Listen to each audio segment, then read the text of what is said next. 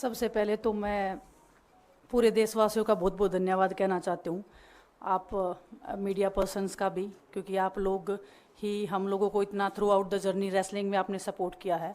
तो मैं उम्मीद करती हूँ कि मैं आपकी उम्मीदों पे खरा उतरूँ बिल्कुल। और कांग्रेस पार्टी का मैं बहुत बहुत धन्यवाद करती हूँ, क्योंकि जब बोलते हैं ना कि बुरे टाइम में पता लगता है कि अपना कौन है। जब हम रोड पे घसीटे जा रहे थे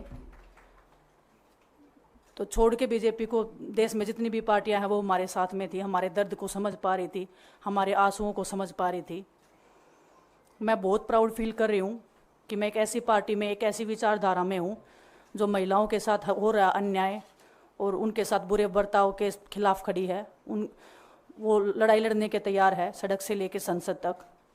और मैं विश्वास दिलाती हूँ पूरे देशवासियों को कि जो मेहनत, जो लगन से हमने रेसलिंग में काम किया है, हम चाहते हैं कि देश के हर एक नागरिक को जो दर्द, जो तकलीफ़ हमने झेली है, खासकर महिलाओं के लिए, हर एक उस महिला के साथ में हम खड़े हैं जो अपने आप को लाचार, अपने आप को बेबस समझती है।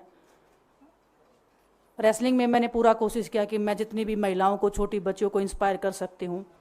मैं चाहती तो मैं जंतर मंतर पे रेसलिंग छोड़ सकती थी, और सभी लोग भी मान रहे थे, पूरा देश इस चीज़ पर विश्वास कर रहा था, क्योंकि बीजेपी आईटी सेल ने उस चीज़ को साबित करने की कोशिश की थी कि हम चले हुए कारतूस हैं, हम ख़त्म हो गए हैं, हम पॉलिटिक्स कर रहे हैं। उन्होंने बोला मैं नेशनल नहीं खेलना चाहती, मैंने नेशनल चैम्पियनशिप खेला। उन्होंने बोला ये ट्रायल्स दे के नहीं जाना चाहते, मैंने ट्रायल्स भी दिया। उन्होंने बोला कि ओलंपिक्स लेवल तक नहीं जाना चाहते, मैं ओलंपिक्स में गई, मैं फाइनल्स में गई। अनफॉर्चुनेटली परमात्मा को कोई और चीज़ मंजूर होगी। एक चीज़ मुझे पता है कि जब मेहनत आप करते हो तो ज़रूरी नहीं कि आपको उसी दिशा में मिले, कई बार दूसरी चीज़ों में भी आपको वो फल मिल जाता है। और परमात्मा ने मुझे मेरे देश के लोगों की सेवा करने का जो मौका दिया है, वो मैं मानती हूँ कि उससे बड़ा पुण्य का काम कोई नहीं हो सकता है।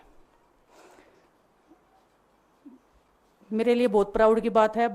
एक मैं नई पारी की शुरुआत कर रही हूँ आज से। मैं चाहती हूँ कि जो हमने फेस किया एज ए खिलाड़ी होने के नाते, उन सब खिलाड़ियों को वो चीज़ ना फेस करनी पड़े। हम उनकी लड़ाई में साथ हैं। शायद उनको आज हिम्मत मिले कि जो पार्टियां पावर में रहती हैं शायद वो साथ में नहीं खड़ी हों, लेकिन उनके बहन भाई हैं जो उनके साथ में खड़े हैं। और उन्हें पता है स्पोर्ट्स में कितना गलत होता आया है, नहीं बोल पाते हैं खिलाड़ी। आप हमसे देख लो, बजरंग के ऊपर डोप का बैन लगा दिया 4 साल का, सिर्फ किसी लिए कि सिर्फ उन्होंने आवाज़ उठाई थी हमारे साथ बैठ के। तो उसका भुगतान हम कर रहे हैं, आज तक कर रहे हैं, लेकिन हम डरेंगे नहीं, पीछे नहीं हटेंगे। जो लड़ाई थी वो जारी है, ख़त्म नहीं हुई है। कोर्ट में हमारा केस चल रहा है, वो लड़ाई भी हम जीतेंगे, ज़िंदगी की जंग भी हम जीतेंगे। खेल में जैसे हमने कभी हार नहीं मानी है, तो हम इस नए प्लेटफॉर्म पे जो आ रहे हैं, देश की सेवा का भाव, और सिर्फ बोलने तक सीमित नहीं रहेगा। ये हम दिल से हमने खेल किया है और दिल से हम ये काम करेंगे, जी जान से मेहनत करेंगे, अपने लोगों के बीच में रहेंगे। जो भी हम अपने लोगों का भला कर सकते हैं, चाहे कितना ही % हमारे हाथ में होगा, वो हम करने की कोशिश करेंगे।